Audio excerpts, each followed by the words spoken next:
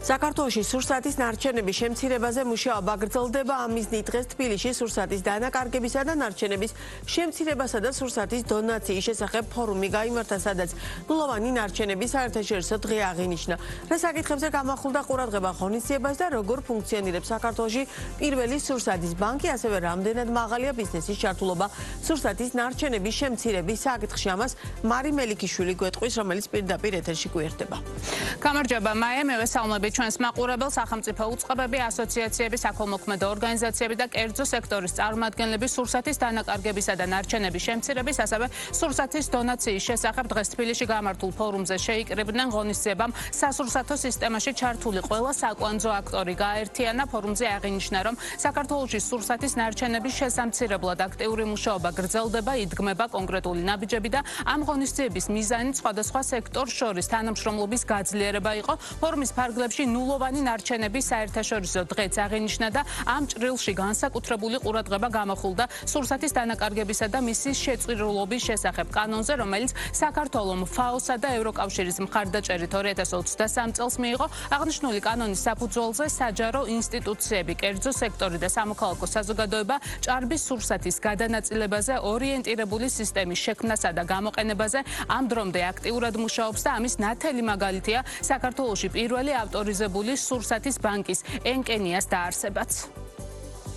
ჩვენ მას ვიძლებთ ეროვნულ ფორუმს, რომელიც მიზნად ისახავს, რომ გააერთიანოს ყველა მონაწილე, ყველა დაინტერესებული მხარე სურსათის დანაკარგებისა და ნარჩენების შემცირების და სურსათის დონაციის მიმართულებით. შესაბამისად, ჩვენ უკვე დღეს ვაკეთებთ ერთობლივ განაცხადს, რომ კერძო სექტორი, სახელმწიფო სექტორი, ასოციაციები, ადგილობრივი ორგანიზაციები ვერთიანდებით იმისთვის, რომ ქვეყანაში გრძელვადიანი ხედვა ჩამოყალიბდეს ამ მიმართულებით და შესაბამისად ჩვენ დღეს გვექნება შესაძლებლობა, რომ მაგალითები წარვადგინოთ იმ პროგრესის შესახებ, რაც ამ მიმართულებით უკვე ქვეყანაში არსებობს. Გავსი ღონისძიება ვფიქრობთ, რომ ხელს უწყობს ისეთი ტიპის გადაწყვეტილებების მიღებას, რაც წარმოადგენს არამარტო პრობლემას საქართველოს, არამედ გლობალური პრობლემა არის სურსათის დანაკარგი და მათ შორის საკითხი სურსათის დონაციასა და შემოწირულობებთან დაკავშირებით და ვფიქრობთ, რომ ნებისმიერი მეწარმე თუ ნებისმიერი სუბიექტი, რომლის საქმიანობა საკავშირებული არის ბიზნესი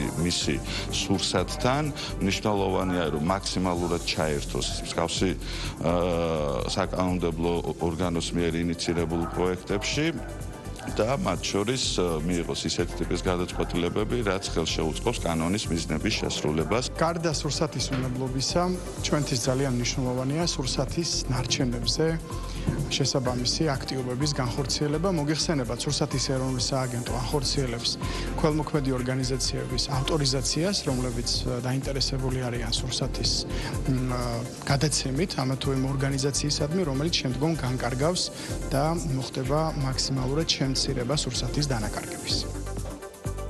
აქვე გეტყვით იმასაც, რომ საქართველოში პირველი ავტორიზებული სურსათის ბანკის სლოგანით ერთად შემშილის წინააღმდეგ თითქმის 1 წელია ფუნქციონირებს. ქვეყანაში ახალი სურსათის ბანკების გამოჩენისა და ზოგადად ამ მიმართულების პოპულარიზაციის მიზნით კი საქართველოში უკვე დაარსდა სურსათის ბანკების ასოციაციაც, რომლის ფარგლებშიც ქვეყანაში მოქმედი პირველი სურსათის ბანკი ენკენია გეგმავს საკუთარი გამოცდილება ისეთ საქველმოქმედო ორგანიზაციებს გაუზიაროს, რომლებიც სამომავლოდ მოიაზრებენ, რომ ავტორიზაცია გაიარონ და სურსათის ბანკის სტატუსით დაიწყონ საქმიანობა. თავის მხრივ თავად პირველი ქართული სურსათის ბანკი აქტიურად თანამშრომლობს ევროპის სურსათის ბანკებთან და იზიარებს მათ ცოდნას.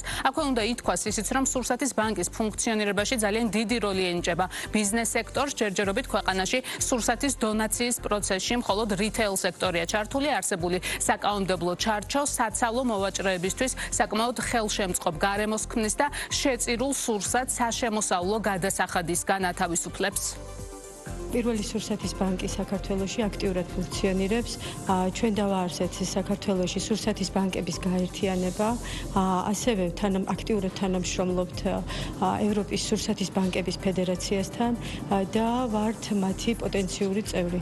ამის დასტურად ჩვენ მიწვეული ვართ პარიზში სამიტზე და ასევე ზაფხულში ველოდებით მათაც საქართველოში სტუმრად. პირველ რიგში უნდა აღინიშნოს, რომ რითეილ სექტორისთვის არ არის მხოლოდ სოციალური პასუხისგებლობა ამ საქველმოქმედო პროექტში ჩართვა, ეს ასევე არის ფინანსური დაინტერესება, რადგან აქამდე წლების წინ პროდუქტი საქველმოქმედო მიზნებისთვის გადაცემის შემთხვევაში იბეგრებოდა ჩვეულებრივად ყველა იმ გადასახადით, როგორც რომ დახლიდან გაყიდული იყო. შესაბამისად, საკმაოდ მძიმე ტვირთად აწვებოდა ბიზნესს. გვიხარია, რომ ერთ-ერთი პირველი დონორი არის სწორედ ჩვენი ასოციაციის წევრი, ერთ-ერთი მსხვილი ქსელი Carrefour-ი და დანარჩენი ასოციაციის წევრებიც უკვე აქტიურად ემზადებიან, რომ გაიარონ შესაბამისი ფორმალური ნაწილი, გაიარონ რეგისტრაციები და უკვე წლის ბოლოსთვის ვიმედოვნებთ, რომ ჩვენი ასოციაციის ყველა წევრი იქნება წარმოდგენილი დონორების სახით.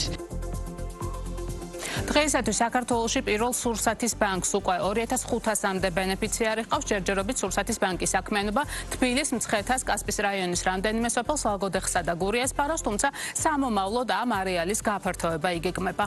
მადლობა, მარი მელიქიშვილი იყო ბიზნეს პარტნიორის პირდაპირ ეთერში.